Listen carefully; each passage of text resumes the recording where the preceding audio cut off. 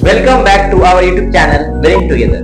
Today I am going to start a new topic of the grammar which is letter, जिसका हिंदी अर्थ होता है word यानी अक्षर। तो आइए देखते हैं ये जो लेटर है, ये जो अक्षर है, ये एग्जैक्टली होता तो क्या होता है।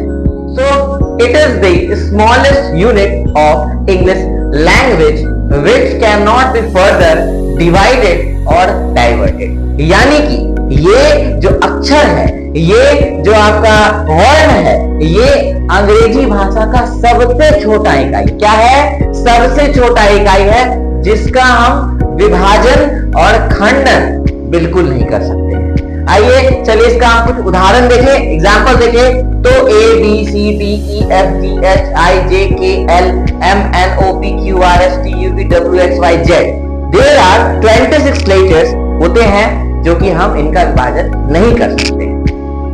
Here let's start the new topic of the grammar which is word. Word means what? शब्द। तो चलिए देखते हैं इसका definition क्या होता है।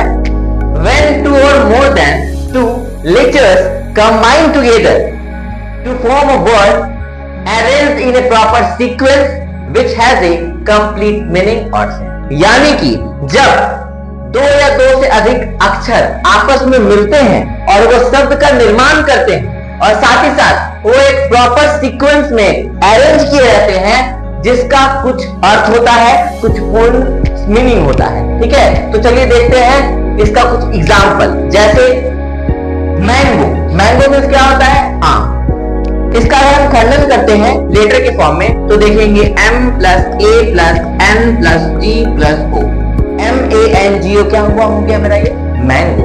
और यहाँ हम देखेंगे कि ये जो मैंगो है ये एक प्रॉपर सीक्वेंस में अरेंज है जो कि एक हमें शब्द का निर्माण कर रहा है जिसका अर्थ होता है क्या?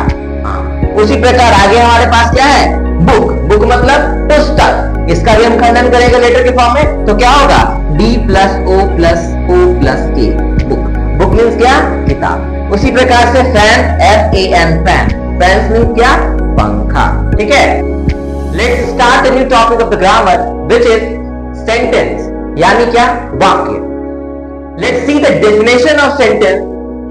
When two or more than two words combine together to form a sentence arranged in a proper sequence which has a complete meaning or sense। यानी कि जब दो या दो से अधिक शब्द आपस में जुड़ते हैं और वो वाक्य का निर्माण करते हैं, साथ ही साथ वो एक अच्छे तरीके से, बेहतर तरीके से अरेंज होते हैं। ठीक है, और वो अरेंज होने के बाद कुछ पूर्ण उसका मीनिंग होता है, कुछ उसका अर्थ होता है, उसी को हम क्या बोलते हैं? उसी को हम सेंटेंस बोलते हैं, यानी कि हम वाक्य बोलते हैं। तो चलिए इसका कुछ एग्जांपल देखते हैं। जैसे India is a great country. इसका हिंदी क्या होगा?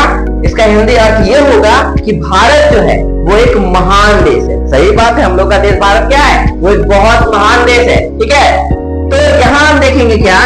India is a great country. ये अलग अलग जो वर्ड्स है वो आपस में इस प्रकार से अरेंज किए हैं जो कि एक बेहतर वाक्य का निर्माण कर रहे हैं कि हमारा भारत देश क्या है?